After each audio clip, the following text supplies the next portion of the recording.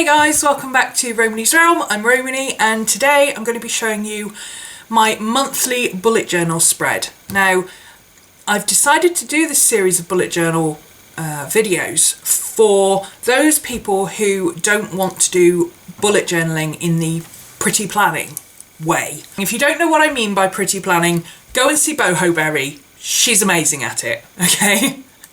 When you look at bullet journals and they're beautiful and they've got lovely script in them and, you know, they are done slowly so that there's no mistakes. I mean, I don't think Boho Berry even makes a spelling mistake in hers very often. And if she does, she covers it very well. If your bullet journal looks beautiful when you look at it, then you're a pretty planner. So if you're interested in that, go see Boho Berry. She does that kind of thing and it works for her, and that's great. If it works for you, that's great too.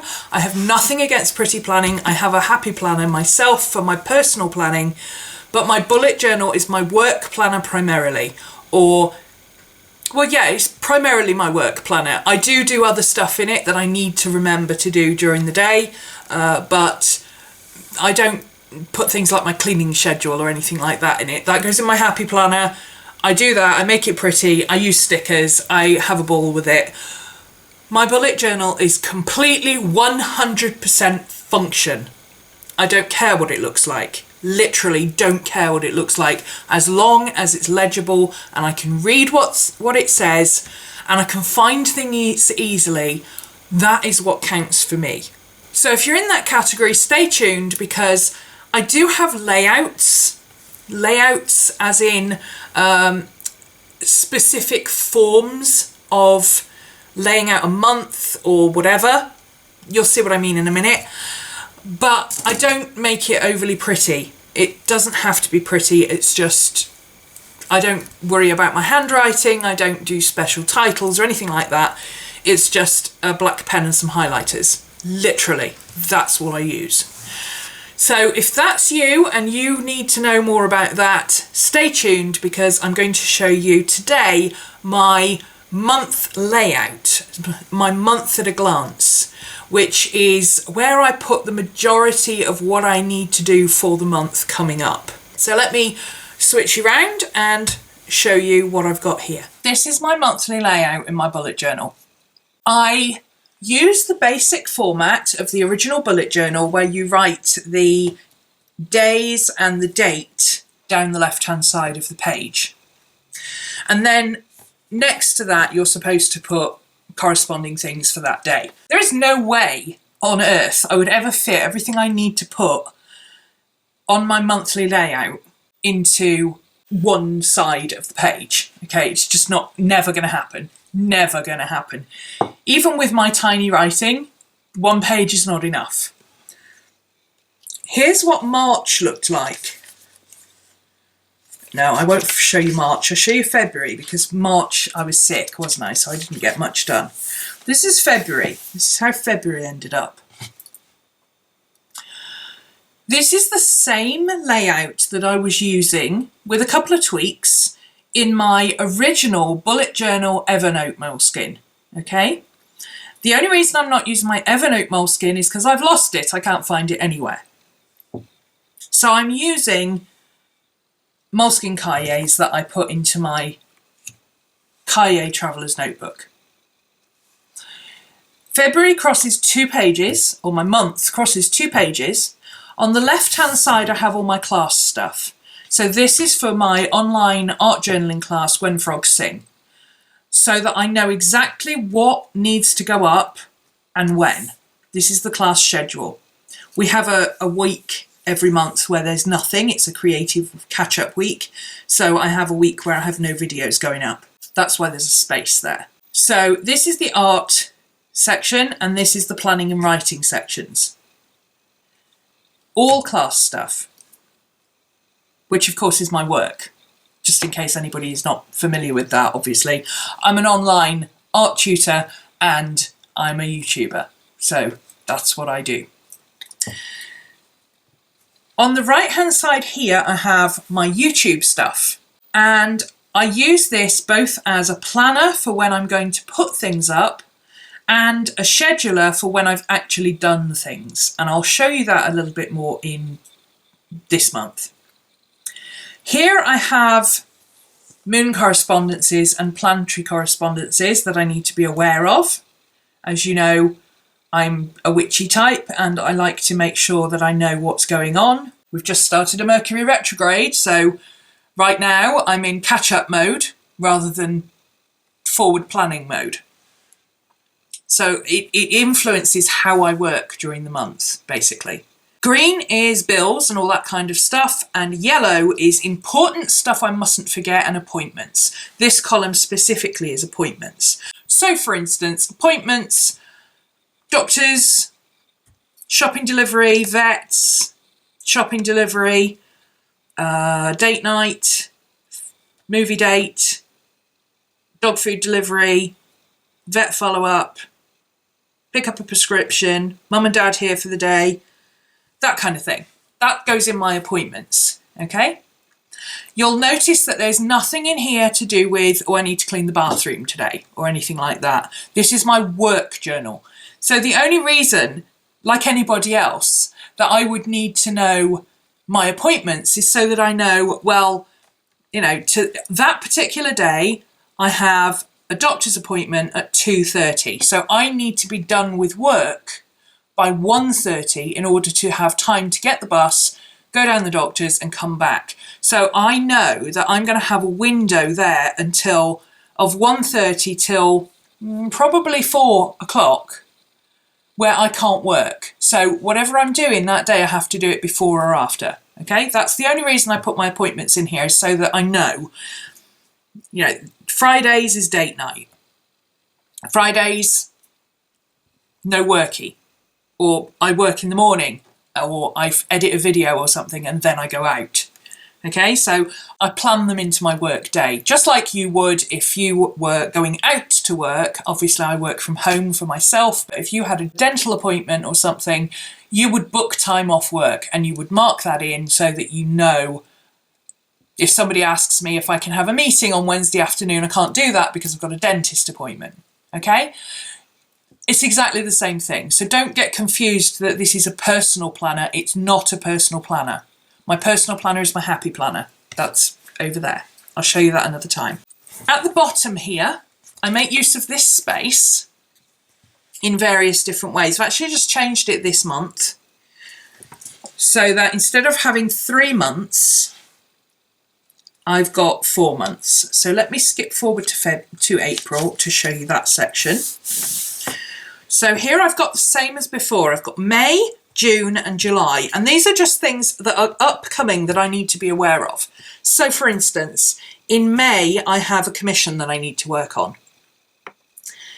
I will need to take that into account when I'm doing my forward planning in May, and to a certain extent in April, because if I'm thinking, oh, I don't have time to do that this month, I'll do it next month, and then I think, oh, hang on a minute, I've got a commission and some calendar designs I need to do.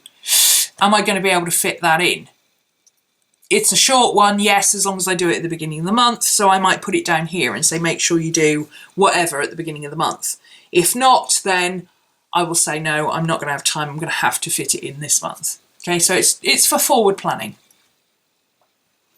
As well as May, June, July, I've also got this month. Stuff I need to work on this month that doesn't fit into here.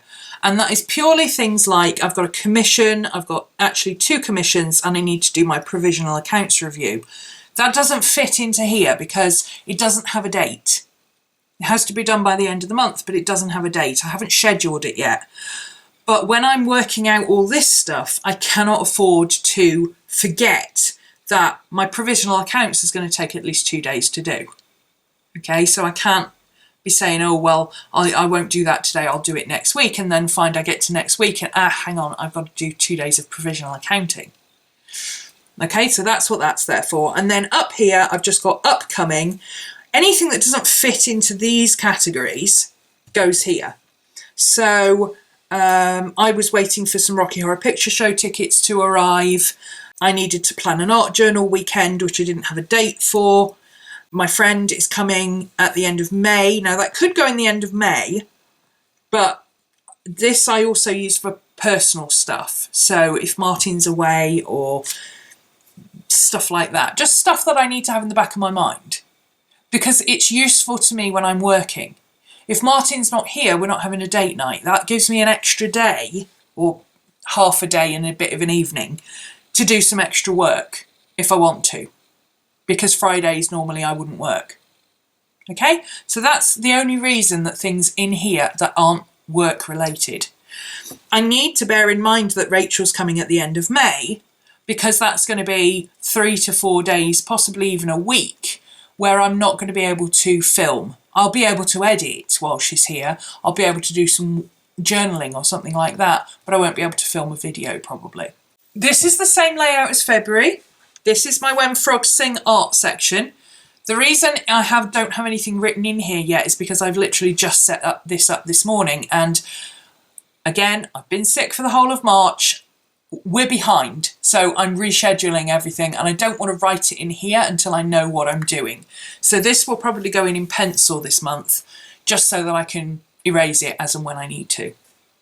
I do the same with my YouTube videos. I plan ahead in pencil, but I write in, once I've written it in and ticked it off, it's in pen. So I've got my art section, my planning and writing section, and my appointments. I don't have any appointments this month so far. That is a good thing, trust me. I have my green section again, which is money stuff, bills and things. I've just paid my rent this morning, so that's been crossed off. My lunar and planetary calendar, I haven't had a chance to look at it. I know it's retrograde right now. It's just started on the 14th. I was aware of that. I can tell when it's starting, and I go and look it up and it goes, oh yeah, there's a Mercury retrograde in 3 days. So I haven't put that in this month yet because I just haven't had time. And then I've got my YouTube, as I said, the ones that are in pen are the ones that I've done, and the ones in pencil are the ones I'm potentially doing.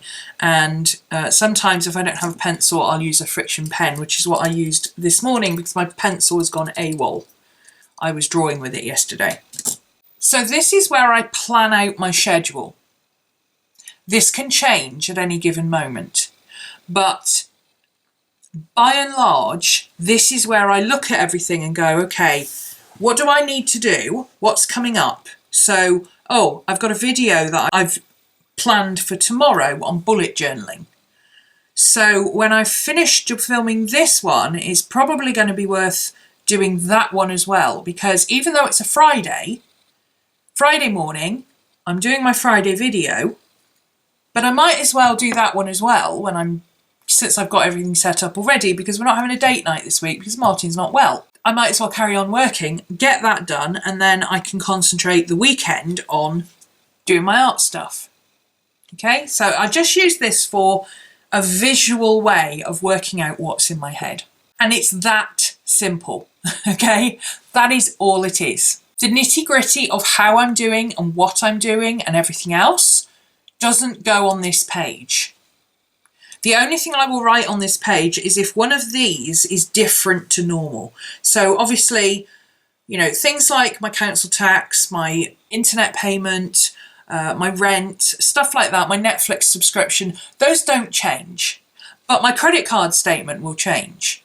So that one, I will put in how much it is this month, because usually I know by the 10th how much I have to pay by the 4th of the following month. So I will put that in, because when I'm forward planning, you know, I'll think, oh yes, I need to do so. Oh, I can't do that on Friday or Saturday. I can't do that Saturday because I won't be able to afford it. I need to pay my credit card bill on Monday. So I'm going to have to wait until Wednesday before I can do that. So move it forward, you know. It's just a visual way of juggling what I need to do.